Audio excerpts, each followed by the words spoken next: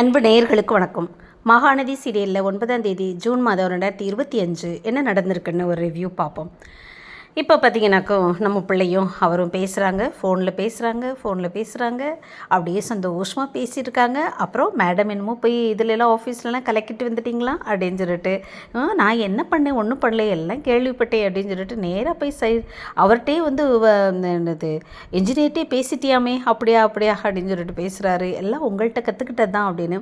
அப்புறம் நான் சைன் பண்ணிட்டேன் அப்படின்னு செக்லன்ட்டு, இதை நான் நேரில் இருந்து பார்க்கணுன்னு நினச்சேன், அது முடியாமல் போயிடுச்சு அப்படின்னு சொல்லிட்டு அப்படின்னு 2 பேரும் ஒரே ரொமான்டிக்காக பேசியிருக்காங்க. எனக்கு என்னென்னா அங்கே ஒரு விஷயம் ஒன்று பேர்னிங் டாப்பிக்காக இருக்கே, வெண்ணிலான்னு அதை பற்றி யோசித்த மாதிரியே தெரில. 2 கூலாக இருக்காங்க. அப்புறம் சும்மா நமக்காக வேண்டி பேசிக்கிறாங்க. அவங்கள தேட சொல்லியிருக்கேன், அவங்க மாமாவை பார்க்க சொல்லியிருக்கேன், அங்கே என்ன ஆச்சுன்னு அவங்கள பார்த்து பேசணும்னு நினச்சிட்ருக்கேன், கேட்டுக்கிட்டுருக்கேன், தேடிட்டுருக்கோம், கொடைக்கானல்லாம் தேட சொல்லியிருக்கேன் அப்படின்னு அவர் சொல்லிகிட்ருக்காரு. இவனை பசுபதியும் தேடுறாங்களா, என்ன பண்ண போகிறாங்கன்னு தெரியல. இதுக்கிடையில் பார்த்தீங்கன்னாக்கா வீட்டில் அப்பளம் போடுறதுக்கு என்ன செய்கிறது, எப்படி நிறைய பண்ணணுமே, ஜாமான் வாங்கணும் அப்படிங்கிறப்ப நான் போய் வாங்கிட்டு வரேன் அப்படின்னு நம்ம மேடம் சொன்னேன். இல்லடி நீயும் நானும் போகலான் இருக்கேன்னு. இல்லைம்மா நானே ஹோல்சேலில் வாங்கிட்டு வந்துடுறேன். உடனே இவங்க இருந்துட்டு அத்தை இருந்துட்டு அவள் தான் எல்லாம் பார்த்து செய்கிறாள், அவளே போகட்டும் போ அப்படின்னு. சரி அப்படின்னு இருக்கும்பொழுது கங்கா இருந்துட்டு ஹாஸ்பிட்டலுக்கு ஸ்கேன் பண்ண போகணும்னு.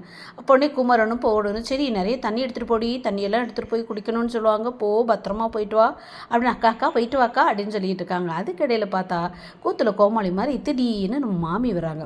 மாமி வந்தோடனே இதுக்கெல்லாம் பயந்து நடுங்கி போயிருக்கும் பொழுது, என்ன ஏன் இப்படி பயப்படுறீங்க, உங்கள் அம்மாவையும் கூப்பிடுங்க, இது காவேரி வா அப்படின்னு சொல்லிட்டு, சரி நீங்கள் ஏதோ அப்பளம் போட இடம் வேணும்னு சொன்னீங்களாமே, எங்கள் வீட்டையும் எடுத்துக்கோங்க, அது விஜய் குடியிருந்த இதையும் போர்ஷனையும் வச்சுக்கோங்க. ஐயோ அவரோட இதை இப்படி என்ன, அவருக்கு வாடகைகள் இல்லை, அவர் இனிமேல் வரமாட்டேன்னு நினைக்க, வந்தாலும் நான் விட மாட்டேன், உங்களை காலி பண்ணலாம் சொல்ல மாட்டேன், நீங்கள் பேசாமல் யூஸ் பண்ணுங்கள், நான் வந்து தப்பு பண்ணிட்டேன்னா சாரின்னு கேட்டுருவேன், அதே சமயத்தில் ஏதாவது தப்புன்னா உடனே நானே வந்து பேசிடுவேன் அப்படி இப்படின்னு சொல்லிட்டு காவேரியை மட்டும் கூட்டிகிட்டு போய், என்ன என்கிட்ட நேரடியாக கேட்காம விஜய்கிட்ட சொல்லுவியா இடம் வேணும்னா அப்படின்னு பேசுகிறாங்க.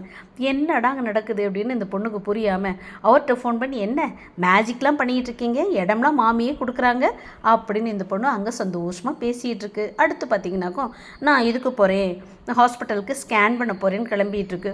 அவர்கிட்ட சொல்லக்கூடாது, சொன்னால் போச்சு, சொன்னோம்னாக்கோ அப்புறம் வந்து அவர் வருவார், ரிஸ்க் ஆயிரும் அப்படின்ட்டு கிளம்பிகிட்ருக்காங்க. என்ன ஆக போதோ தெரியுதே, ஒரே மேஜிக்காக இருக்குது. ஆனால் லாஜிக் அப்படிங்கிறத காணவே காணோம். என்ன பண்ண போகிறாங்க, ஏதோ இவங்க 2 பேருக்காக தொடங்கிட்டோம், பார்த்துக்கிட்டே இருப்போம். எங்கே போய் முடிக்க போகிறாங்க என்னன்றதை பார்ப்போம். ஒருவேளை கங்காவும் காவேரியும் ஒரே ஹாஸ்பிட்டலில் பார்ப்பாங்களோ?